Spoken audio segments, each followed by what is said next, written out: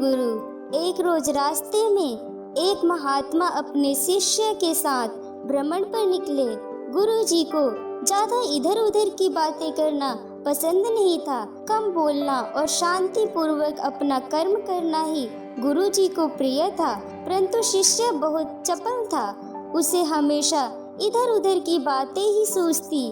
उसे दूसरों की बातों में बड़ा ही आनंद आता था। चलते हुए जब वो तालाब से होकर गुजर रहे थे तो उन्होंने देखा कि एक धीवर नदी में जाल डाले हुए है।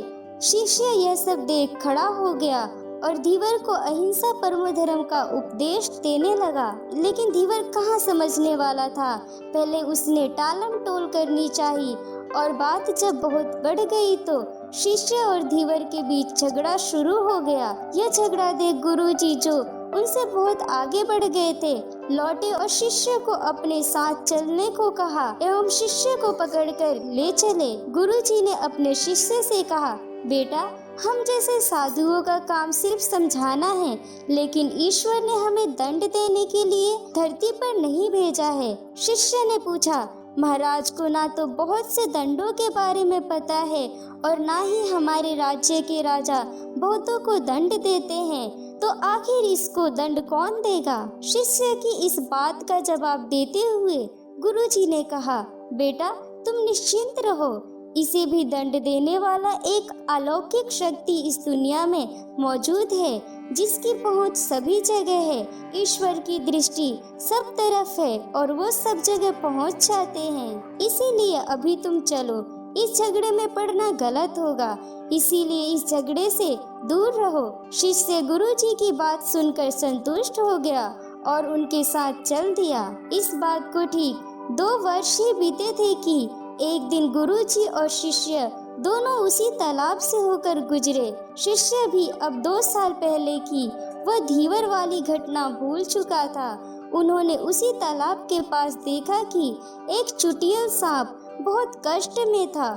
उसे हजारों चींटियां नोच नोच कर खा रही थी। शिष्य ने यह दृश्य देखा और उससे रहा नहीं गया। दया से उसका हृदय पिघल गया था।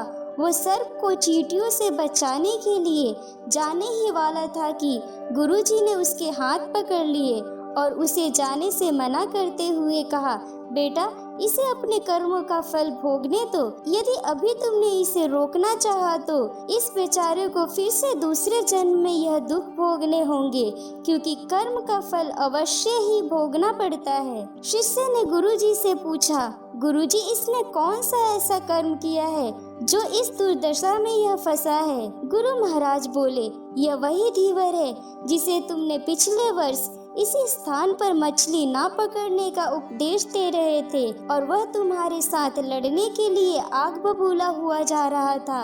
वे मछलियाँ ही चींटी है जो इसे नोच नोच कर खा रही है। यह सुनते ही बड़े आश्चर्य से शिष्य ने कहा, गुरुजी यह तो बड़ा ही विचित्र न्याय है। गुरुजी ने कहा, बेटा इसी लोक में स्वर्ग नरक के सारे दृश्य मौजूद है।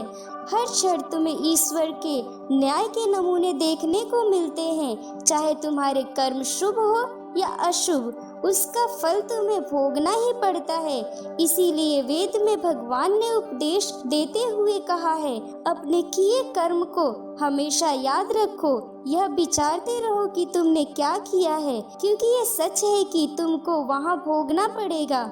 जीवन का हर क्षण कीमती है, इसीलिए इसे बुरे कर्म के साथ व्यर्थ न जाने दो। अपने खाते में हमेशा अच्छे कर्मों की बढ़ोतरी करो, क्योंकि तुम्हारे अच्छे कर्मों का परिणाम बहुत सुखद रूप से मिलेगा। इसका उल्टा भी उतना ही सही है, तुम्हारे बुरे कर्मों का फल भी एक दिन बुरे तरीके से भुगतना पड़ेगा। इसीलिए कर्मों पर ध्यान दो, क्योंकि वो ईश्वर हमेशा न्याय ही करता है। शिष्य गुरुजी की बात स्पष्ट रूप से समझ चुका था। यह 100% सच है कि ईश्वर हमेशा सही न्याय करते हैं और उनके न्याय करने का सीधा संबंध हमारे अपने कर्म से है। यदि हमने अपने जीवन में बहुत अच्छे कर्म किए हैं या अच्छे कर्म कर रहे हैं तो उसी के अनुरूप ईश्वर हमारे साथ न्याय करेंगे। यह जीवन हमें इसीलिए मिला है ताकि हम कुछ ऐसे कार्य करें जिसको देखकर ईश्वर की आंखों में भी हमारे प्रति प्रेम छलक उठे। जय शिव गुरु। जय श्री गुरु।